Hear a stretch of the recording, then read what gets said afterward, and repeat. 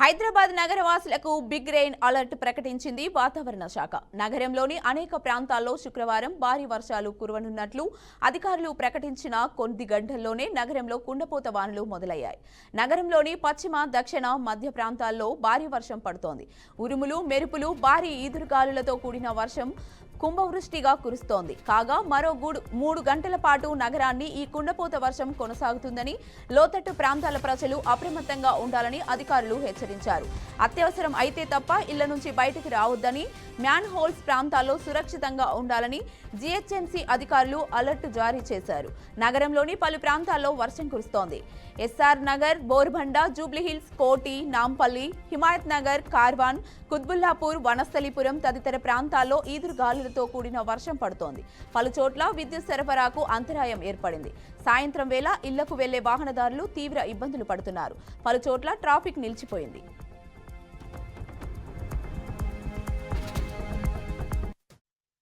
ఇక ఇదే అంశంపై పూర్తి సమాచారాన్ని మా ప్రతినిధి తేజ అందిస్తారు. తేజ, మొత్తంగా ఇటు ఓ పక్కన తీవ్రంగా అధికంగా నమోదవుతున్నటువంటి ఉష్ణోగ్రతలు, అదేవిధంగా సాయంత్రం పూట అంటే 4 గంటల తర్వాత కూడా ఒక్కసారిగా హైదరాబాద్ వ్యాప్తంగా కూడా మారుతున్నటువంటి వాతావరణంతో అయితే మాత్రం అంటే ప్రస్తుతం మారుతున్నటువంటి వాతావరణంతో నగరవాసులు అదేవిధంగా తెలంగాణ ప్రజలంతా కూడా ఇబ్బంది పడుతున్నారు అన్నట్టుగానే చెప్పాలి. ప్రధానంగా చూస్తే ప్రతిరోజు కూడా అంటే గత కొన్ని రోజులుగా ఒక 2 వారాలుగా చూస్తే మాత్రం అధిక ఉష్ణోగ్రతలు అయితే నమోదవుతున్నాయి. మధ్యాహ్నం నుంచి సాయంత్రం 4 గంటల వరకు కూడా వాతావరణం అత్యంత గరిష్ట ఉష్ణోగ్రతలు అయితే నమోదవుతున్నాయి. 4 గంటల తర్వాత ఒక్కసారిగా హైదరాబాద్ లో వాతావరణం చల్లబడుతున్నటువంటి పరిస్థితి. అదే నేపథ్యంలో ఈ రోజు కూడా అదే విధమైనటువంటి పరిస్థితి ఉంది. మొత్తంగా గంటకు 30 నుంచి 40 కిలోమీటర్ల మేర ఈదురుగాలులు కూడా వీచినటువంటి పరిస్థితి ఉంది. ఇక హైదరాబాద్ వ్యాప్తంగా కూడా వాన అయితే దంచుకొట్టింది అన్నట్లుగానే చెప్పాలి. ఇటు ఎల్బీ నగర్ ప్రాంతం, కొత్తపేట, దిల్సుఖ్ నగర్ ప్రాంతాల్లో కొంత భారీగానే వర్షం పడినటువంటి పరిస్థితి. అదేవిధంగా కుత్బుల్లాపూర్తో పాటు కూకట్పల్లి, లింగంపల్లి, పటాన్చెరు ప్రాంతాల్లో కూడా కొంత వర్షపాతం అయితే నమోదైంది. మొత్తంగా ఈ అకాల వర్షాలతో అయితే మాత్రం సామాన్య ప్రజలైతే చాలా తీవ్రంగా ఇబ్బంది పడుతున్నారు.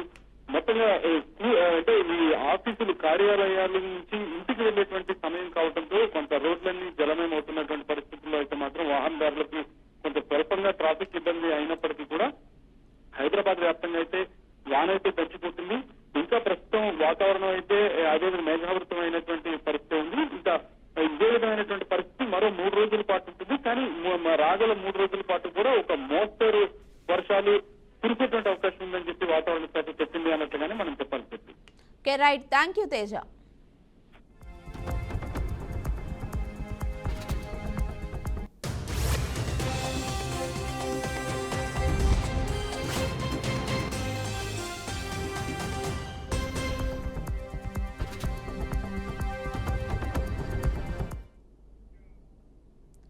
విజయనగరం జిల్లా కొత్తవలస మండలం అప్పన్నపాలెం వద్ద జిందాల్ స్టెయిన్లెస్ లిమిటెడ్ పరిశ్రమ మరోసారి మూతబడింది.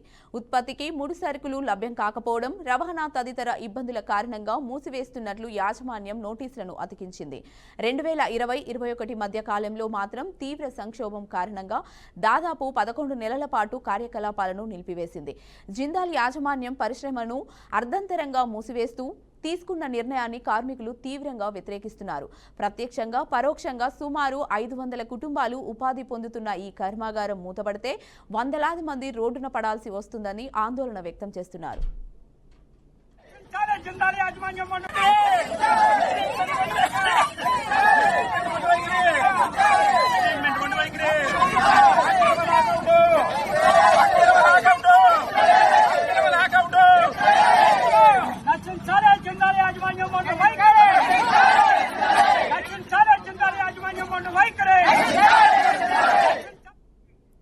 విజయనగరం జిల్లా కొత్తవలస మండలం అప్పన్నపాలెం వద్ద జిందాల్ స్టెయిన్లెస్ లిమిటెడ్ పరిశ్రమ మరోసారి మూతబడింది. ఉత్పత్తికి ముడి సరుకులు లభ్యం కాకపోవడం, రవాణా తదితర ఇబ్బందుల కారణంగా మూసివేస్తున్నట్లు యాజమాన్యం నోటీసులను అతికించింది. 2020-21 మధ్య కాలంలో మాత్రం తీవ్ర సంక్షోభం కారణంగా దాదాపు 11 నెలల పాటు కార్యకలాపాలను నిలిపివేసింది. ఇక ఇదే అంశంపై పూర్తి సమాచారాన్ని మా ప్రతినిధి రాజు అందిస్తారు. రాజు, చెప్పండి. స్టీల్ ప్లాంట్ కి సంబంధించినంత వరకు గతంలోనే ఇప్పటికే దాని లాభాలు లేవు, నష్టాల్లో కూరుకుపోయినట్టు కూడా యాజమాన్యం చాలా సార్లు కూడా చెప్పిన పరిస్థితి కనిపిస్తుంది. అయితే కార్మికుల ఒత్తిడి కావచ్చు, లేకపోతే అక్కడున్న మిగతా ఉద్యోగుల ఒత్తిడి కావచ్చు, వీటన్నిటి వల్ల కూడా వాళ్ళైతే మూసివేస్తున్నాము అని చెప్పడానికి అయితే మాత్రం చాలా సంవత్సరాలు టైం తీసుకున్న పరిస్థితి కనిపిస్తుంది. ఇప్పటి వరకు గతంలో చూసుకుంటే దాదాపుగా 11 నెలల కాలంలో కూడా వాళ్ళంతా కూడా ఈ స్టీల్ ప్లాంట్ అయితే మూసివేయడం జరిగింది. దాని తర్వాత మళ్ళీ నిధులు వచ్చాయి. అదేవిధంగా నిధులకు సంబంధించినంత వరకు పూర్తి స్థాయిలో మళ్ళీ ప్లాంట్ అయితే పునరుద్ధరించడానికి యాజమాన్య ప్రయత్నం చేసుకుంటూ వచ్చింది. అయితే అప్పటి నుంచి ఇప్పటి వరకు ప్రభుత్వ సహాయం కావచ్చు, అదే కేంద్ర ప్రభుత్వం కానీ స్టేట్ ప్రభుత్వం కానీ ఈ రెండు కూడా సహాయ సహకారాలు అందిస్తాయి. దానివల్ల పూర్తి స్థాయిలో కూడా మళ్ళీ స్టీల్ ప్లాంట్ పునరుద్ధరిస్తామంటూ కూడా వాళ్ళు చెప్పుకొచ్చారు. కానీ అటువంటి పరిస్థితి లేకుండా ఇప్పటి వరకు చూసుకుంటే పూర్తిగా యాజమాన్యం మొత్తం కూడా నష్టాల్లో కూరుకుపోయింది కనుక మళ్ళీ స్టీల్ ప్లాంట్ ని పునరుద్ధరించడానికి అయితే అవకాశం లేదు అనుకుంటూ కూడా అయితే ప్రకటన జారీ చేయడం జరిగింది. ఈ రోజు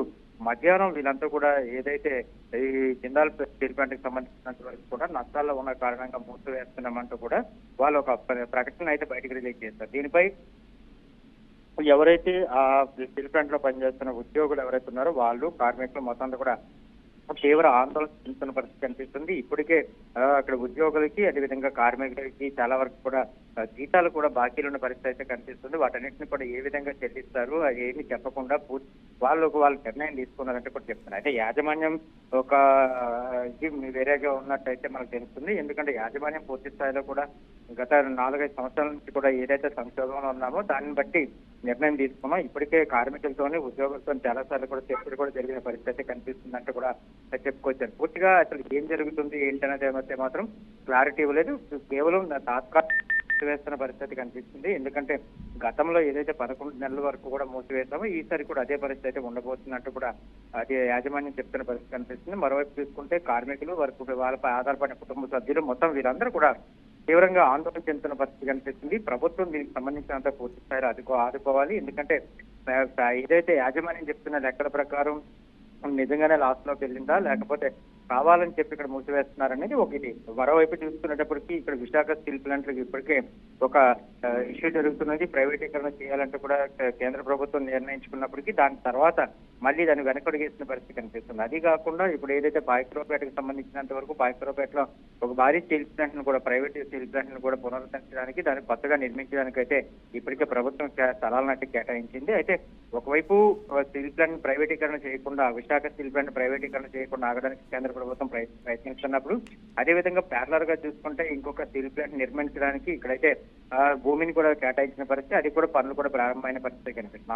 అటువంటి నేపథ్యంలో అసలు ఎందుకు ఈ స్టీల్ ప్లాంట్ కి ఇంత ఇబ్బంది కలిగింది, ఇటువంటి నష్టాలు ఎందుకు కూరుకుపోయిందన్న దాని మీద కూడా పూర్తిస్థాయి ప్రభుత్వం దృష్టి సారించాలి. ఎందుకంటే కొన్ని వందల మంది కూడా అక్కడైతే కార్మికులందరూ కూడా వర్క్ చేస్తున్న నేపథ్యంలోనే అసలు ఏం జరిగింది ఏంటనేది కూడా ప్రభుత్వం కూడా పూర్తిగా దాని మీద దృష్టి సారించి అక్కడ ఉన్న కార్మికులకు అదేవిధంగా ఉద్యోగులకి కూడా న్యాయం చేయాలంటే కూడా వాళ్ళంతా ఆలోచన చేస్తున్న పరిస్థితి కనిపిస్తుంది. ఇప్పటికే స్టీల్ ప్లాంట్ గేట్ దగ్గర అయితే సంబంధించినంత వరకు వాళ్ళంతా కూడా ఆందోళనకు అయితే దిగిన పరిస్థితి కనిపిస్తుంది. కుటుంబ సభ్యులతో కలిపి వాళ్ళంతా కూడా అక్కడ ఆందోళన అయితే చేస్తున్నారు. అయితే ఈ స్టీల్ ప్లాంట్ మూసివేయడానికి గల కారణాలు ఏంటన్నా దాని మీద చూసుకుంటే దాని తర్వాత కూడా ఉద్యోగులకు రావాల్సిన బకాయిలు ఏవైతే ఉన్నాయో వాటన్నిటిని కూడా చెల్లించాలని చెప్తున్నారు. ఇప్పటికే పవర్ సంబంధించి కూడా ఎలక్ట్రికల్ సంబంధించి కూడా పూర్తి స్థాయిలో కూడా బకాయిలు పడ్డారు. అదేవిధంగా జిఎస్టీ కూడా చాలా భారీ ఎత్తున వీళ్ళందరి దగ్గర ఇంకా బకాయి ఉందా అంటూ కూడా చెప్పుకునే పరిస్థితి అయితే కనిపిస్తుంది. దాంతో పాటు వాస్తవంగా అసలు ఏం జరిగింది, ఎందుకు అసలు స్టీల్ ప్లాంట్ మూసివేయడానికి గల కారణాలు ఏంటి, ఎందుకంటే జిల్లాలంటే చాలా చిన్న సమస్య ఏం కాదు. అటువంటి సమస్యలు ఇటువంటి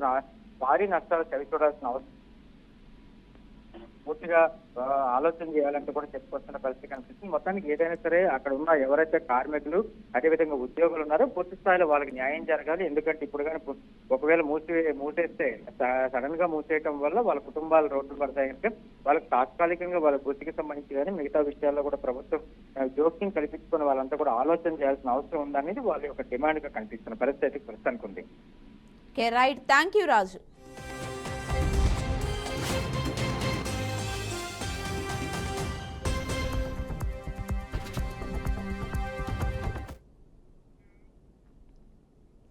ప్రపంచ యాత్రికుడు అన్వేష్ గోవింద అనే వ్యక్తి బెట్టింగ్ యాప్పై చర్యలు తీసుకొని అమాయకులైన యువతను కాపాడాలని మంత్రి నారా లోకేష్ డిప్యూటీ సీఎం పవన్ కళ్యాణ్ కు ఎక్స్ వేదికగా విజ్ఞప్తి చేశాడు. దీనికి మంత్రి నారా లోకేష్ రిప్లై ఇచ్చారు. బెట్టింగ్ యాప్లు జీవితాలను నాశనం చేస్తున్నాయి. జూదానికి అలవాటు పడిన యువకులు నిరాశకు గురి కావడం గురించి నేను వందల కొద్దీ హృదయ విదారక కథలను వింటున్నానన్నారు. ఇది ఆగాలి. నిరంతర అవగాహన, బెట్టింగ్ యాప్లపై కఠినంగా వ్యవహరించడం దీర్ఘకాలిక పరిష్కారం. దేశం మొత్తాన్ని ఆదర్శంగా నిలిచే సమగ్ర బెట్టింగ్ నిరోధక విధానంపై మేము కృషి చేస్తున్నాం. బెట్టింగ్ ముప్పును అంతం చేయడానికి అన్ని చట్టపరమైన మార్గాలను చేపడతామని మంత్రి రీట్వీట్ చేశారు. నారా లోకేష్ గారు, పవన్ కళ్యాణ్ గారు చాలా ఇంపార్టెంట్ అండి. ఒకసారి చూడండి, మీరు ఫేస్బుక్ ఓపెన్ చేసుకుంటే చూడండి, గోవింద 3 నామాలతో వెంకటేశ్వర స్వామి గోవింద అనే పేరుతో పెద్ద పెద్ద సెలబ్రిటీలు ఈరోజు చేస్తున్నారు. చూడండి, ఈమె చాలా పెద్ద హీరోయిన్. ఏం చెప్తున్నారు చూడండి. తర్వాత ఇంకా చూసుకుంటే ఈమె కూడా పెద్ద హీరోయిన్. గోవింద యాప్ అంతా ఈ గోవింద యాప్ని విచ్చలవిడిగా చూడండి. గోవింద చూడండి, ఫేస్బుక్ అయిపోయింది. ఇప్పుడు మనం ఇన్స్టాగ్రామ్లోకి వెళ్తే ఇన్స్టాగ్రామ్లో కూడా వీళ్ళు ఇదిగోండి బెట్టింగ్ యాప్ ఐపీఎల్ది నడిపిస్తున్నారు. వెంకటేశ్వర స్వామి నామాలు గోవింద, ఇది పక్కనే పెట్టండి. సో డేట్ వచ్చేసి మనకి 16వ తారీఖు వెడ్నెస్డే, బుధవారం 16వ తారీఖు 2025. సో మీ ప్రెస్ మీట్ కూడా మీరు లైవ్ చూసుకుంటే మీ ప్రెస్ మీట్ కూడా నడుస్తుంది. లోకేష్ గారిది, తర్వాత చంద్రబాబు నాయుడు గారిది మనకి ప్రెస్ మీట్ అయితే జరుగుతుంది ఇక్కడ గుంటూరులోని. రూపాయి కూడా ట్యాక్స్ ఉండదు. గెలుచుకున్నా సరే ట్యాక్స్ ఉండదు. ట్యాక్స్ ఉండదు. 0% ట్యాక్స్. అయిన అమౌంట్ రీఫండ్ ఇస్తారు. అయిన అమౌంట్ లో రీఫండ్ చేస్తారు. అయిన అమౌంట్ లో రీఫండ్ ఇస్తారు. ఎంత గెలిచినా ట్యాక్స్ ఉండదంట, నష్టపోయినా డబ్బులు ఇచ్చేస్తారంట. చూడండి ఎంత మోసం. ఇప్పుడు టెలిగ్రామ్ విషయానికి వస్తే టెలిగ్రామ్లో అప్ టు డేట్ ఈ రోజు వరకు మీరు చూసుకోవచ్చు. ఇదిగోండి ఏప్రిల్ 15 వరకు అప్డేట్ అయింది. సో ఇక్కడ మీరు మీడియాలో చూసుకుంటే చూడండి, దీన్ని సెలబ్రిటీ ప్రమోట్ చేసే వాళ్ళు ఎంత పెద్దవాళ్ళంటే సిరి హనుమంతు, తర్వాత వర్షిని, తర్వాత ఈ హీరోయిన్స్ ఎవరైతే ఉన్నారో హీరోయిన్లు, కానీ పెద్ద పెద్ద సెలబ్రిటీల దగ్గర నుంచి పొలిటీషియన్స్, బిజినెస్ మెన్ ఇలాంటి వాళ్ళే ఆడుతున్నారు అబ్బా. చూడండి ఇంకా వెబ్సైట్ విషయానికి వస్తే వెబ్సైట్ కూడా రన్ అవుతుందండి. మీరు కరెంట్ వెబ్సైట్ కూడా బెట్టింగ్ ఆడడానికి రన్ అవుతుంది గోవింద అని. చూడండి, తగిన చర్యలు ఇమీడియట్లీగా తీసుకోవాలి. అమాయకమైన యువత నాశనం అయిపోతున్నారండి. ప్రస్తుతం దేవుడి పేరుతో చేస్తున్నారు, చాలా తప్పది. సనాతన ధర్మం నాయకులు ఎక్కడికి వెళ్ళారు? ఈ సనాతన ధర్మం కోసం పోరాడే వాళ్ళు ఇప్పుడు ఎక్కడికి? వైకాపా హయాంలో జరిగిన మద్యం కుంభకోణం కేసులో మాజీ ఎంపీ విజయసాయిరెడ్డి సిట్ విచారణ ముగిసింది. సిట్ బృందం దాదాపు 3 గంటల పాటు ఆయన్ని విచారించింది. గతంలో జరిగిన 2 సమావేశాల గురించి సిట్ అధికారులు తనను ప్రశ్నించినట్లు తెలిపారు. ఆ 2 సమావేశాల్లో ఏం చర్చించారని, ఎవరెవరు పాల్గొన్నారని సిట్ అధికారులు అడిగనున్నారు. మొదటి సమావేశం హైదరాబాద్లో జరిగిందని, విజయవాడలో జరిగిన 2వ సమావేశంలో లిక్కర్ పాలసీపై చర్చించామని సిట్ అధికారులకు చెప్పానన్నారు. ఏ రోజు కూడా లిక్కర్ సేల్స్ విషయంలో కానీ, లిక్కర్ విషయంలో కానీ 3 నెలల మొట్టమొదటి 3 నెలల తర్వాత నేను జోక్యం చేసుకోలేదు అన్నటువంటి విషయాన్ని చాలా స్పష్టంగా చెప్పాను. ఇవన్నీ కూడా రాజ్ కసిరెడ్డి మాత్రమే వీటికి జవాబు చెప్పగలడు. నేను చెప్పలేనటువంటి ప్రశ్నలు అన్నటువంటి విషయాన్ని చాలా స్పష్టంగా చెప్పడం జరిగింది. ఇక 4వ అంశంకి వస్తే, ఇక్కడ లోకల్గా ఉన్నటువంటి రాజ్ కసిరెడ్డి ఒక 3 కంపెనీలని, పీవీ స్పిరిట్స్, ఇంకొక 2 కంపెనీలని లీజుకి తీసుకొని, దానిలో ఉన్నటువంటి టైం కానీ మిషనరీ కానీ లీజుకి తీసుకొని, దాంట్లో కొన్ని కొత్త బ్రాండ్లను ప్రొడ్యూస్ చేసి, ఆ ప్రొడ్యూస్ చేసినటువంటి బ్రాండ్స్ని బెల్ట్ షాపుల ద్వారా డ్యూటీ లేకుండా అమ్మడం జరిగిందా అన్నటువంటి దాన్ని ప్రశ్నించడం జరిగింది. ఇది రాజ్ కసిరెడ్డి బదులు ఇవ్వాల్సినటువంటి అంశం. నాకు ఈ విషయంగా ఏమీ తెలియదు అన్నటువంటి విషయాన్ని చాలా స్పష్టం చేశాను. ఈ 4 ప్రశ్నలకి సమాధానం చెప్పిన తర్వాత అధికారులు తృప్తి పడ్డారన్నటువంటి విషయాన్ని నేను భావిస్తూ, ఈ యొక్క మరి ఫ్యూచర్లో భవిష్యత్తులో ఇంకా ఏదైనా ప్రశ్నలుండి నేను సమాధానాలు చెప్పాల్సినటువంటి అవసరం ఉంటే నేను మళ్ళీ తిరిగి వస్తాను, మీరు ఎప్పుడైనా పిలవచ్చు అన్నటువంటి విషయాన్ని తెలియజేసుకుంటూ, రాజ్ కసిరెడ్డిని పార్టీలో వ్యక్తులు నాకు పరిచయం చేయడం జరిగింది. 2017-18లో అనుకుంటా రాజ్ కసిరెడ్డి పార్టీలోకి వచ్చారు. అతను ఒక తెలివైనటువంటి క్రిమినల్, ఆ క్రిమినల్ మైండ్ సెట్ ఉండేటటువంటి వ్యక్తి. అంత క్రిమినల్ బ్రెయిన్ ఉంది అన్నటువంటిది తెలియక పార్టీలో పెద్దలందరూ కూడా పరిచయం చేస్తే నేను ఎంకరేజ్ చేసినటువంటి మాట వాస్తవం. నర్సీపట్నం గుబ్బాడ వద్ద పోలీసులు వాహన తనిఖీలు చేశారు. ఏజెన్సీకి చెందిన 5గురు అక్రమంగా గంజాయి తరలిస్తుండగా పట్టుబడ్డారని డీఎస్పీ శ్రీనివాస్ తెలిపారు. 60 కేజీల గంజాయి, 6 సెల్ ఫోన్లు, ఒక బైక్ స్వాధీనం చేసుకున్నామన్నారు. ఒరిస్సా రుల్లాగెడ్డ గ్రామంలో గంజాయిని పండించి పలు ప్రాంతాలకు సరఫరా చేస్తున్నట్లు తెలిపారు. నిందితులను అరెస్టు చేసి రిమాండ్కు తరలించామని డీఎస్పీ తెలిపారు. రూరల్ పోలీస్ స్టేషన్ లిమిట్స్లోని ఒక గాంజా కేసు రిజిస్టర్ చేయబడింది. వివరాలు గబ్బాడ సమీపంలో మన పోలీస్ పార్టీ అంతా కూడా వచ్చిన సమాచారం మేరకు అక్కడ మన రూరల్ ఎస్ఐ గారి ఆధ్వర్యంలో వెహికల్ చెకింగ్ చేస్తున్నారండి. వెహికల్ చెకింగ్ చేస్తుండగా పైనుంచి ఏజెన్సీ నుంచి ఒక ఈ టీవీ తాలూకా ప్యాక్స్ తోటి గాంజా తీసుకొని వస్తున్నారు. వాళ్ళు మమ్మల్ని చూసి కాస్త ముందుగా ఆగిపోయేసరికి మా వాళ్ళంతాను వాళ్ళని గమనిస్తూ మనం సెట్ చేసేసరికి వాళ్ళు ఏం చేశారంటే పక్కనే ఉన్న ఎవరైతే ఈ గబ్బాడకి కోయంబత్తూరు నుంచి తమిళనాడుకు చెందిన ఒక 5 మెంబర్స్ వచ్చారండి. 2 లేడీస్, 3 కుర్రోళ్ళు. క్వశ్చన్ చేశాము. ఆ బైక్ మీద వచ్చిన ఒక ఆయన మటుకు పరారైపోయాడు. వీళ్ళని క్వశ్చన్ చేస్తే ఈ రాళ్ళగడ్డ అని చెప్పి చిత్రకొండ లిమిట్స్లో ఉంది. అక్కడి నుంచి ఈ గాంజా తీసుకొని జీమాడుగల్ లిమిట్స్లోకి వచ్చి జీమాడుగల్ నుంచి ఈ విధంగా ప్యాక్ చేసుకొని టీవీలో షిఫ్ట్ చేసుకుని ప్యాక్ తీసుకొని వస్తున్నారు. తీసుకొని వచ్చి ఈ తమిళనాడు నుంచి కోయంబత్తూరు దగ్గర నుంచి ఎవరైతే ముద్దాయిలు ఉన్నారో మొత్తం 5గురు అండి. 5గురు ముద్దాయిలు కూడా అంటే 2 లేడీస్, 3 వాళ్ళకి ఇవ్వడం జరిగింది. ఇస్తున్న క్రమంలో మనం పట్టుకోవడం జరిగింది. Narsipatnam rural police station. అధికారం కోసం జగన్ విద్వేషాలు రెచ్చగొడుతున్నారని మంత్రి నిమ్మల రామానాయుడు విమర్శించారు. పాస్టర్ ప్రవీణ్ రోడ్డు ప్రమాద ఘటనపై దుష్ప్రచారం చేసి మతాల మధ్య చిచ్చు పెడుతున్నారని అన్నారు.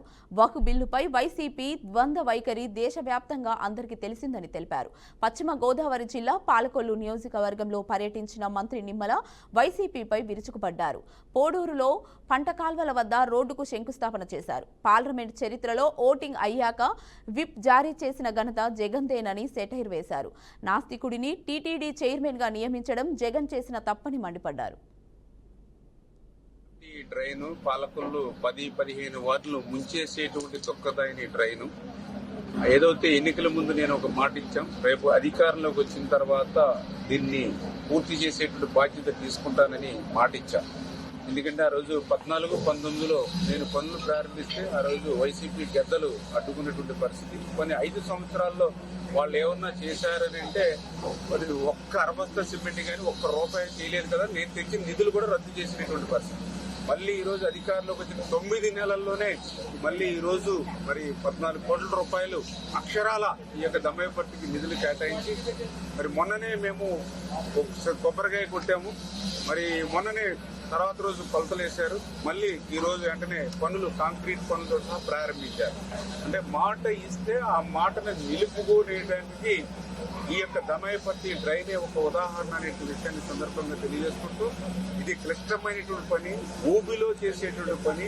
ఎప్పటికప్పుడు డ్రైన్స్ నుంచి నీరంతా కూడా దీంట్లోకి వచ్చేసేటువంటి పరిస్థితుల్లో కూడా, అటువంటి ప్రతికూల పరిస్థితుల్లో కూడా వర్క్ ని ఎప్పటికప్పుడు ఇన్స్పెక్షన్ చేసుకుంటూ ఈ యొక్క దమయపర్తిని కంప్లీట్ చేయాలనేటువంటి ఆలోచనతో ముందుకెళ్తాం. దమయపర్తి గ్రూప్ 1 పరీక్షలపై హైకోర్టు ఇచ్చిన తీర్పు ప్రభుత్వానికి చెంపపెట్టు లాంటిదని బీఆర్ఎస్ నేత రాకేష్ రెడ్డి అన్నారు.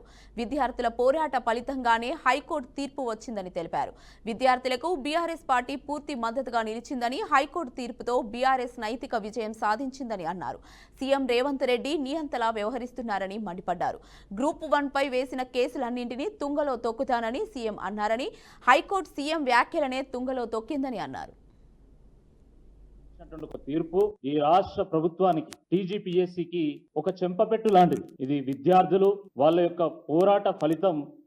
ఈ తీర్పు ఇది వారి సాధించినటువంటి ఒక గొప్ప విజయంగా మేము భావిస్తా ఉన్నాం. ఈ విద్యార్థులకు అండగా నిలిచినటువంటి బీఆర్ఎస్ పార్టీది కూడా ఒక నైతిక విజయం అని చెప్పి మేము భావిస్తున్నాం. అయితే ఒక బాధ్యతాయుతమైనటువంటి ఒక రాజకీయ పక్షంగా, ఒక ప్రతిపక్ష పార్టీగా ప్రజల పక్షాన ప్రభుత్వానికి ప్రశ్నలు వేస్తే వాటికి సమాధానాలు చెప్పాల్సింది పోయి టీజీపీఎస్సీ లేదా రాష్ట్ర ప్రభుత్వం మా పరువు పోయింది, మా ఇజ్జత్ పోయింది కాబట్టి మేము మీ మీద ఇజ్జత్ దావా కేసు వేస్తాం, నువ్వు మాట్లాడొద్దు, నువ్వు పోస్ట్ పెట్టొద్దు, నువ్వు 7 రోజుల్లో రిప్లై చేయాలి, నువ్వు ఒకవేళ వైలేట్ చేస్తే నీ మీద క్రిమినల్ కేసు పెడతాం, నీ మీద సివిల్ కేసు పెడతామని చెప్పి బ్లాక్మెయిల్ చేసి బెదిరించినటువంటి ఒక పరిస్థితిని మనం చూసాం.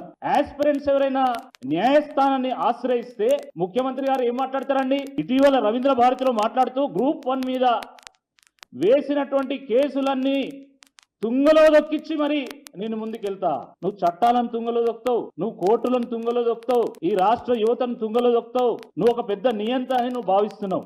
నీకంటే పెద్ద పెద్ద నియంతలను కూడా భూస్థాపితం చేసినటువంటి గడ్డ ఈ తెలంగాణ గడ్డ, గుర్తుపెట్టుకోవాలా. నేను మేనేజ్ చేసి ఏదైనా సాధిస్తా అని బీఆర్ఎస్ వర్కింగ్ ప్రెసిడెంట్ కేటీఆర్ కు ప్రభుత్వ విప్ బీల్ర ఐలయ్య వార్నింగ్ ఇచ్చారు. చిల్లర రాజకీయాల కోసం కేటీఆర్ ఇష్టం వచ్చినట్లు మాట్లాడుతున్నారని మండిపడ్డారు. సీఎం రేవంత్ రెడ్డి, మంత్రులు తమ 15 నెలల పాలనలో సంక్షేమ పథకాలు, సోనియా గాంధీ ఇచ్చిన అభయహస్తం, 6 గ్యారంటీలను అమలు చేస్తుంటే కేటీఆర్ ఓర్చుకోలేకపోతున్నారని ధ్వజమెత్తారు. తన స్వార్థ రాజకీయాల కోసం కేటీఆర్ చిల్లర మల్లర రాజకీయాలు చేస్తున్నారని మండిపడ్డారు. కాంగ్రెస్ ప్రభుత్వాన్ని బదనాం చేయాలని చూస్తున్నారని ఆగ్రహం వ్యక్తం చేశారు. చిల్లర రాజకీయాల కోసం ఇష్టం వచ్చినట్లు మాట్లాడితే చూస్తూ ఊరుకోమని, నోరు అదుపులో పెట్టుకో బిడ్డ, లేకపోతే నాలుక కోస్తామని తీవ్ర వ్యాఖ్యలతో హెచ్చరించారు. నోరు అదుపులో పెట్టుకో, లేకపోతే నీ నాలుక కోసం బిడ్డ. ఎన్నిసార్లు హెచ్చరించినా 10 ఏళ్ళు తెలంగాణ సంపదను పందికొక్కుల్లాగా దాచుకొని ఆ సంపదతోటి మీ పింకి మీడియా ద్వారా కానీ మీ సోషల్ మీడియా ద్వారా మా ప్రభుత్వాన్ని బదనాం చేయాలని చెప్పి చూస్తున్నారు. తస్మాత్ జాగ్రత్త. మా ప్రజాప్రభుత్వం, మా గౌరవ ముఖ్యమంత్రి రేవంత్ రెడ్డి గారు, మా మంత్రులు ఈ 15 నెలల్లో ఒక్కొక్కటిగా సంక్షేమ పథకాలు, తల్లి సోనియం ఇచ్చినటువంటి అభయసం, 6 గ్యారెంటీలు అమలు చేస్తుంటే ప్రజలలో వస్తున్నటువంటి ఆదరణ చూసి ఓర్వలేక చిల్లర మల్లర రాజకీయాలు చేస్తున్నారు. ప్రభుత్వం వచ్చిన కాంచెల ప్రజాప్రభుత్వాన్ని కూలుస్తాం అంటున్నారు. సిగ్గుమాలి ఇలా మీకు చందాలు ఇస్తున్నారు. కాంగ్రెస్ ఎమ్మెల్యేలను కొనుమని మాకు చందాలు ఇస్తారని సిగ్గుమాలిని మాట్లాడుతున్నారు. కేటీఆర్